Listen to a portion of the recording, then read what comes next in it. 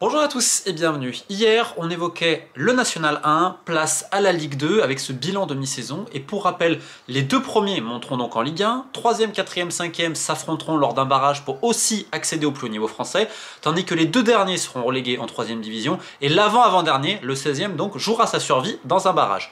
Donc ça promet un championnat très équilibré, surtout très intense, puisqu'on a 18 équipes et comme un peu en National, on n'a pas vraiment de hiérarchie. Alors bien évidemment, il y a une petite différence quand même en Ligue 2, ce sont les écarts de budget très importants. On peut notamment parler du Paris FC avec ce rachat qui fait tant fantasmer, même auparavant, un joueur comme Jean-Philippe Crasso, quand il revient en deuxième division française, vous imaginez que c'est quand même pour des sommes très importantes. On peut évidemment évoquer Lorient, qui a pas mal de jeunes, qui espéraient faire de grosses sommes sur le marché des transferts, qui présente encore des joueurs comme Talbi, enfin je veux dire, normalement référencé Ligue 1, Brest était notamment sur lui, ou le petit Croupi, Ponceau, enfin bon, un gros effectif, ils sont évidemment premiers, on a d'autres équipes très ambitieuses comme Metz qui a toujours ce vivier, avec ce partenariat avec Génération Foot, et de l'autre côté on a des clubs comme Laval qui étaient simplement capables de donner entre 5 et 6 000 euros pour un attaquant cet été, Rodez, Pau, donc on a un peu un championnat à deux vitesses, et on va tout de suite commencer par les satisfactions, et on est obligé de parler du meilleur jeu de Ligue 2, et potentiellement de France, attention, je parle pas du niveau, je parle de jeu, d'intention, etc. C'est bien évidemment le SL Dunkerque. Quel rachat depuis que ce consortium turc a récupéré le club, c'est monts et merveilles. On se rappelle d'avant, le SL Dunkerque, on avait fait des vidéos dessus, ensuite il y a eu toutes les affaires judiciaires à ce niveau-là vis-à-vis de l'ancienne direction, et depuis le rachat, honnêtement, c'est magnifique, c'est un projet très cohérent, orchestré par Dembaba, qui a fait venir également Romain Decoul, un ancien recruteur de Clermont, et tout est censé avec un très bon coach, Luis Castro, qui pourtant, lors de son arrivée, eh ben, ça marchait pas au début, il y a eu des défaites, ça ne gagnait pas, on lui a laissé le temps de travailler, on a fait des recrues très intelligentes, c'est-à-dire qu'aujourd'hui, quand on va chercher un Ragoubert, qui est un milieu de terrain prêté par Lille, c'est peut-être l'un des meilleurs de Ligue 2. On a un Bardelli aussi très technique, etc., qui était aussi passé par Lille. On n'a pas vraiment de gros salaires, on l'a complété avec des joueurs d'expérience. Certains vont parler de Bamou, d'autres vont parler de Courtet aussi, qui est devant, qui apporte beaucoup, peut-être à 34-35 ans. Et donc en fait, on a quelque chose d'ultra cohérent, qui joue au ballon, qui relance de derrière. Preuve en est, ce week-end, Coupe de France à Auxerre, une Ligue 1, et Dunkerque s'est imposé encore en jouant au ballon. Tous ceux qui ont vu le match, là c'était la semaine dernière, Dunkerque-Caen, victoire très facile des Nordistes, qui auraient pu encore en mettre plus au stade Malherbe, 3-1. Et donc en fait c'est un jeu très plaisant, ils sont troisième et tout le monde se pose la question, est-ce qu'ils sont capables de se mêler à la lutte pour la montée? Et on a bien envie de dire oui, parce que déjà l'année dernière Dunkerque fait une superbe deuxième partie, enfin ils étaient déjà très bien pour un promu, petit budget, etc. Ils n'avaient pas eu trop le temps de bosser, deuxième partie c'était top. Et là, ils sont sur cette lancée, sur cette dynamique, avec encore les bonnes recrues, les bons profils. La seule question, est-ce qu'ils sont capables de confirmer leur changement de statut et gérer cette pression vis-à-vis des égos et tout ça? Pour le moment, c'est le cas. Bien évidemment, satisfaction, on va se quitter Lorient, qui est leader actuellement, même si c'est pas forcément évident. On sait qu'économiquement, le club de Loïc Ferry souhaitait vendre des joueurs cet été, ça n'a pas été le cas, il a demandé trop d'argent, notamment pour Bamba, qui s'est finalement blessé. On a beaucoup de prétendants pour Croupi, principalement en Allemagne, qui a 18 ans, qui a déjà mis quelques buts. Alors là, Bamba, comme je vous dis, il est blessé, donc heureusement Croupi était là. On a surtout plein d'éléments très sérieux, on peut penser au Yangwa, je veux dire, super latéral, Ponceau évidemment au milieu de terrain, Talbi derrière, enfin, quand tu vois, c'est un effectif potentiellement de Ligue 1 et qui veut avoir l'ambition de remonter immédiatement. Ce n'est pas le seul, le PFC évidemment avec ce rachat-là, on avait parlé de Crasso, mais il y a d'autres joueurs, et aussi des mecs d'expérience, on peut penser à des Noadico et tant d'autres. Le PFC est actuellement deuxième, alors ils sont globalement plutôt pas mal, même s'ils ont été un petit peu freinés à la fin, et ils ont perdu le match des leaders justement face à Lorient. On a Metz qui revient, alors pareil Metz, on a des Oukidja, on a des Stambouli, on a des Ismaël Traoré, on a des éléments très expérimentés qui sont très forts. On a le petit Sabali, un ailier très virevoltant sénégalais qu'ils avaient cherché à Quevilly. Alors il manque peut-être encore un numéro 9, ceux qui viennent de Génération Foot sont encore très jeunes, 19-20 ans, on sent qu'il y a un petit truc, mais ce mélange d'expérience avec un coach Le Mignan qui a fait des merveilles à l'époque à Concarneau, qui essaye de poser des principes de jeu. Alors à voir, parce que Metz c'est un peu une incertitude, il y a une certaine irrégularité, c'est une équipe qui est habituée à faire le yo-yo. En tout cas, après un moment donné où ça a été un petit peu compliqué, ils sont de retour, ils sont dans le top 5. Et comment évidemment ne pas citer Annecy avec un directeur sportif qui est là depuis plus de 20 ans, Monsieur Nallet, je ne dis pas de bêtises, il a un peu tout occupé comme fonction dans ce club-là. Donc c'est un peu inespéré, c'est comme Laval là, qui fait une super série, qui est 6ème, avec un budget très récrac. On peut évidemment parler de satisfaction. Et on va rajouter Pau, on va rajouter Rodez également, qui alors surtout au début, Rodez ça a été très compliqué.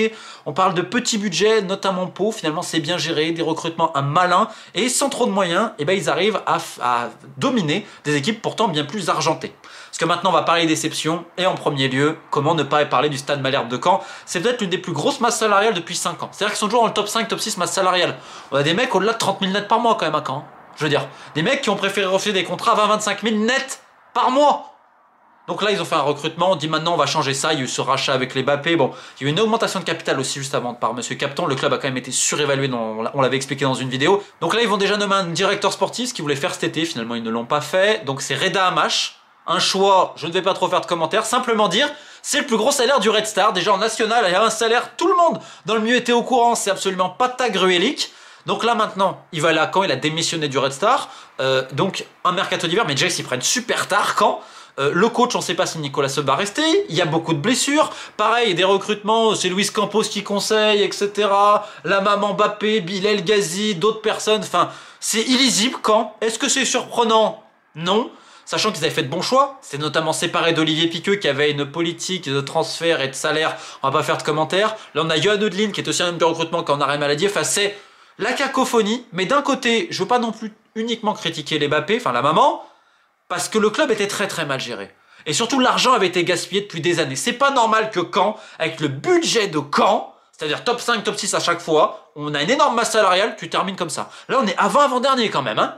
Alors certes, ils essayent de réduire la voilure, etc. Mais c'est pas une surprise que le club travaille mal depuis des années. On peut mettre le Clermont Foot aussi. Alors là, on est sur du low cost, mais il faudrait un jour revenir sur Ahmed Chaffar, le propriétaire. Sa société de conseil, comment je te récupère, je te facture et tout. Clairement, ils sont pas bien situés. Pareil pour Grenoble, là, qui vit une véritable crise, qui vient de changer son entraîneur, alors qu'ils ont le meilleur buteur, l'ancien du Red Star, Pape Messava, qui était déjà il y a quelques années, je crois. Je crois que c'est la deuxième ou troisième saison à Grenoble. Un très très bon joueur de Ligue 2. Et là, ils sont vraiment sur une pente très descendante, à l'inverse de Troyes, finalement, qui a été repêché au dernier moment, là, qui remonte un petit peu. Donc on peut dire que c'est décevant. Pareil pour Amiens, une irrégularité au bout d'un moment, c'était pas possible. Amiens d'ailleurs qui perd en Coupe de France à Taon, une équipe de National 3. Peut-on être surpris parce qu'Amiens, ce sont les... Enfin, comme d'habitude, hein, c'est les vacances, hein, c'est le club men. Hein. C'est-à-dire que face au gros, allez, on va se motiver, puis après on se motive pas. Normalement, ils sont bons première partie de saison. Les deuxièmes parties de saison sont souvent cataclysmiques. Rappelez-vous l'an dernier. Évidemment, déception, on est obligé de parler d'Ajaccio. On l'a évoqué dans une vidéo en particulier. Il y aura peut-être un V2 parce que Johan Cavalli, le directeur sportif qui fait tout au club, hein, mais absolument tout, mais même beaucoup trop, qui s'ingère de partout, etc. Là, à un moment donné, ça pose un véritable problème parce qu'on a vampirisé le club et je mets mon cousin à la formation. Non, mais mon cousin, non, c'est pas mon pote, Ettori. Mais bon, c'est quand même lui qui ramène les joueurs, etc. J'ai ramené mon pote pour entraîner l'équipe réserve, il a pas les diplômes, etc.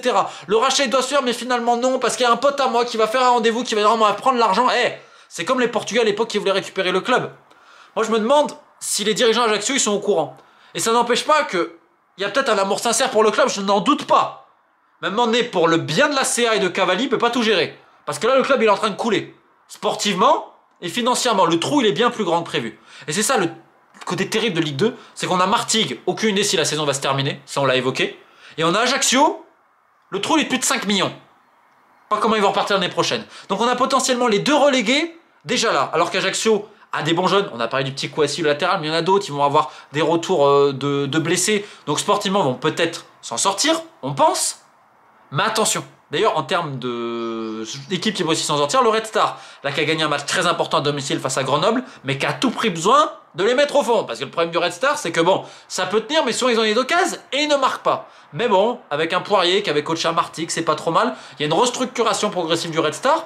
Ça inaugure globalement quelque chose de pas trop mal. Donc si on devait un peu conclure sur ce championnat de Ligue 2, qui a deux vitesses, hein, parce que quand vous jouez des Lorient, quand vous jouez des PFC, quand vous jouez Metz, etc., même Dunkerque, dans le style de jeu, c'est complètement différent des autres équipes. On a évidemment ce ventre mou avec des équipes comme Guingamp, comme Amiens, où tu sais jamais trop à quoi t'en tenir. On a aussi celles qui sont rétrogrades administrativement en première instance par la DNCG, comme Bastia, qui pour le coup, je vais le répéter, c'est quand même un club qui travaille, il y a quand même des choses positives à noter à Bastia, même si il y a eu des petits écarts récemment faits sur la masse salariale et tout, et ça ne leur ressemblait pas. Est-ce que c'était une bonne idée? Je ne sais pas. Et puis on a les autres, les énormes déceptions, comme Clermont, c'est un club low cost, où tu as l'impression que les intérêts personnels des uns et des autres sont au détriment du club. On a Caen qui est littéralement en train de s'enfoncer dans une dynamique très négative dans le vestiaire et tout, les joueurs ils veulent se barrer.